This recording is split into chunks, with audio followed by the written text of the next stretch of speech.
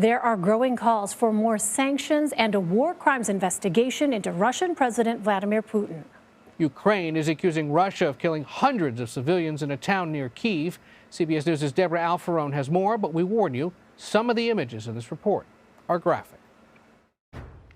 In a town just outside Ukraine's capital, dead bodies remain in the street, some with their hands tied behind their backs. We're seeing the images now that Russian troops have pulled out of the area. Ukraine's President Volodymyr Zelensky visited Bucha, where hundreds of civilians, including children, were found dead, accusing Russia of genocide, adding this only makes it harder for the two sides to negotiate. The atrocities sparked global outrage. Britain's Foreign Secretary met with her Ukrainian counterpart in Poland Monday. The butchery, the clear evidence of sexual crime, of the targeting of innocent civilians, and it's very clear that war crimes have taken place. President Biden suggested Russian President Vladimir Putin should be tried as a war criminal. This guy is brutal, and what's happening in Bucha is outrageous. Russian officials have accused Ukraine of staging scenes like the one in Bucha, and they say that President Biden and Western leaders should examine their own conscience. No matter what happens over the coming weeks, it is clear that Russia will never be welcomed by the Ukrainian people. Instead, its gains will be temporary as the brave Ukrainian people resist Russian occupation. Humanitarian efforts continue as the war rages on. Faith leaders from Virginia are traveling to Poland to deliver diapers, medical supplies, and other items to refugees. UN officials say more than 4 million people have fled Ukraine since the Russian invasion began. Debra Alfarone, CBS News, the White House. CBS News foreign correspondent Debora Patta joins us now from the capital of Ukraine. Hi there, Deborah. You visited Bucha today, a town in the Kyiv region where hundreds of people in civilian clothing were found dead. What did you see there, and what can you tell us about what happened? Elaine, Bucha is no longer just a battlefield. It's become a crime scene. Russia has denied killing civilians, but the evidence there is mounting, and it's devastating. Unarmed civilians executed with their hands behind their back. There are images that I'm sure you've seen of residents, their bodies strewn across the town, residents on bikes, no match for Russian tanks as they rolled in. How were they ever going to survive against something like that? And Ukraine's military has released a video of what they're calling a basement torture chamber, where a line of people are crouched facing a wall, their hands tied.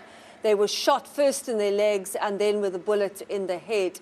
There are also reports, and there's images of mass graves. Around 300 bodies have already been found. Now, when we visited there today, we saw the body of a man who had been blindfolded, it appears, shot in the head. He was wearing a very rudimentary protective helmet with the defined words "Warriors of the Light" on it. That's from a Ukrainian resistance song. And residents who lived in the same apartment block as this man said that they saw Russian soldiers bring him there at gunpoint.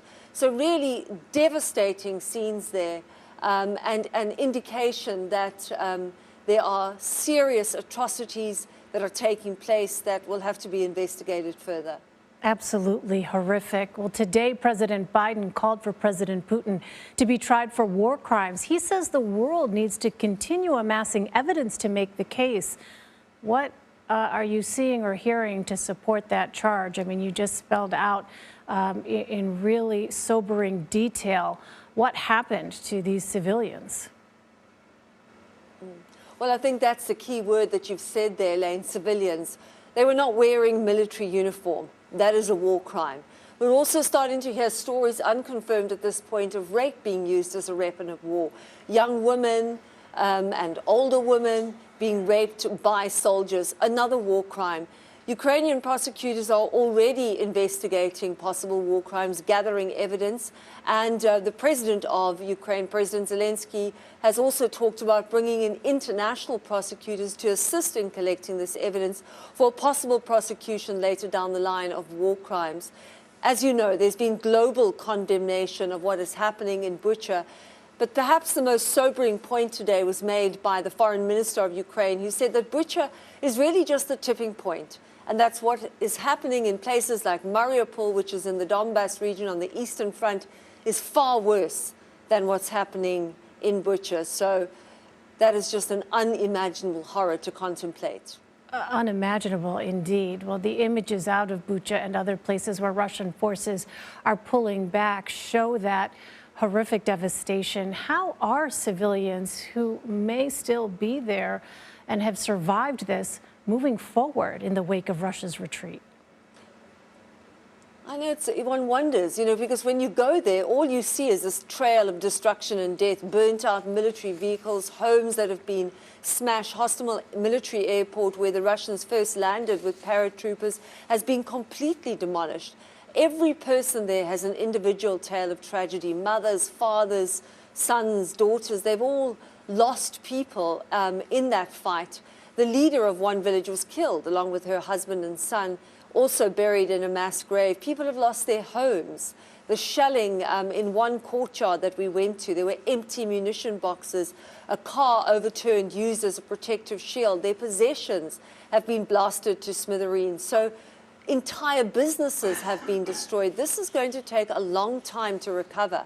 People have been living in that part of Kyiv and elsewhere in the country, like Mariupol, often without water, without food, without heat. They do have food now, of course, in Bucha because the Russian forces have been pushed back from there. But I think what's going to take a lot longer, of course, is always the emotional scars. Those take the longest to heal, if they ever really do. This was once an average suburban town. It's now unrecognizable. But we should point out that the danger is not over. The Russians may have retreated from here, but the war rages on in Donbass, and there's talk and there's a belief that the Russians are scaling up for a full-scale attack there. Debora Patta in Kyiv, Ukraine, bearing witness to all of these atrocities for us. Debora, thank you for sharing your reporting with us.